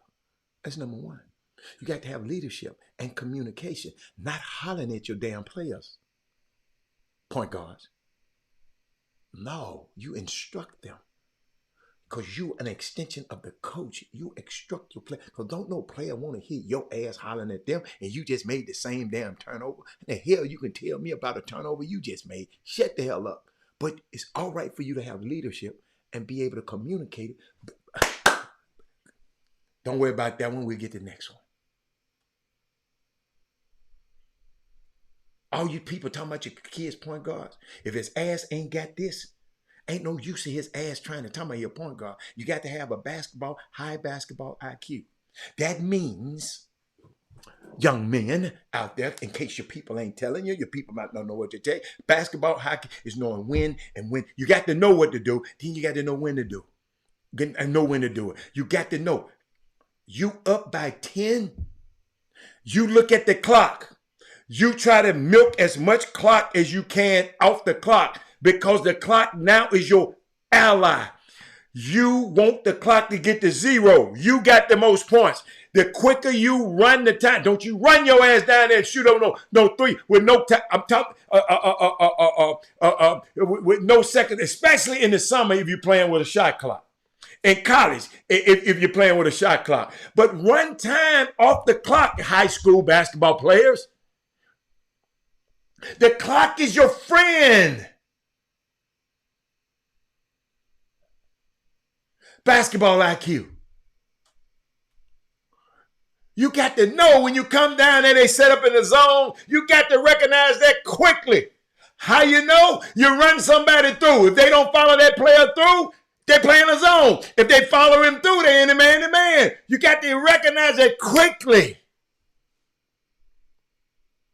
And you got to have versatility. You got to be more than just a passer. You got to be, in these games, you got to be able to do a whole lot of stuff. And you got to be able to do, what if you switch? Because people switch a lot. What if you switch? You might have to guard a bigger person. You got to be versatile.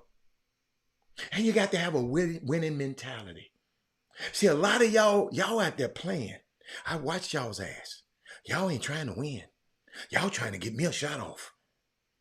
I saw a lot of, man, it's my turn to get me a shot. I don't care what the coach said. Nobody said, I got to get me a shot. I saw, oh my God. But point guard can't think like that. I told you one of my greatest, it's 2 o'clock. I'm overtime. I got to get out of here. But I never get, I was in a practice when Skip had his summer team. But he had a good summer team too. Point guard. That man came down there one time, and pulled one from deep, nothing but panties. Pow! I look like, wow, I like that. Coach stopped the whole game, made everybody run.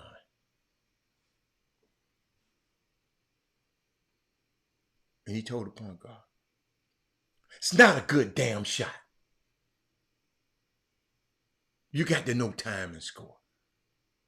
Because if you shoot it, that means he gonna think he can shoot it. Then he gonna think he's gonna shoot it. Then he gonna think he can shoot it. And he gonna think he can shoot it. And then my team, and that's losing basketball. He stopped the play and made their ass run because of something the point guard did. I never forget it. It rings so vivid in my mind. And I went over and asked him. He said, "No, Rob, can't do that." So if you want to be a point guard and worry about your points, the only points your ass should be worried about is you the one at the end of the game. That's what comes on along with that position.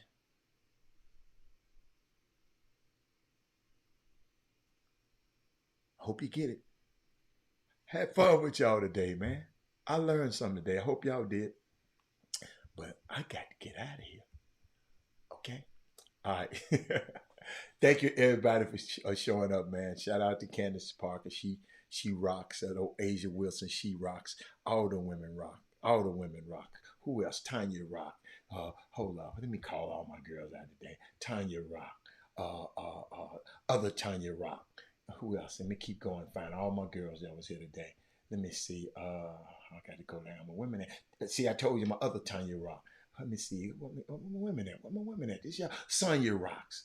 Who else? Let me keep going. Fellas, I ain't thinking about y'all. I'm finding my girls. All of y'all rock. I'm calling all of them by name. Hold on. Am I going too fast? Okay. Mate rocks. Okay, let me keep going. Hold on. I'm calling my Sonya. I talked to Sonya already. Man, look at Tanya. Tanya got a profile change. She got an outfit on y'all today. Let me see who else rock. Let me see all my girls. Hold up. Y'all, I'm taking time out for them. Y'all don't care what y'all say. I'm going through all my girls. Dale Griggs rock. Who else? Sylvia, she rocks. Rosie Brown rocks. Who else? D. White, she knows she rocks. D. White rocks. She really rocks. Who else? I'm getting all my. Belinda rocks. Mindy Collins, y'all know she rocks. Yeah. But that's that. I'll be back, especially since you pronounced my name right. But bring some more. Text, tag, and tell 5 of your friends. Tell them to come to Chop Shop. I want to see them. I want to talk to them. But I'm out of here, y'all. I'll see y'all later. I had fun with y'all today. I love Women Rock Wednesday. That's why I like Women Rock Wednesday so much. But I'm out. Jim Hicks. Rob Hatter. You are now tuned in to the Chop Shop. I'm Retro.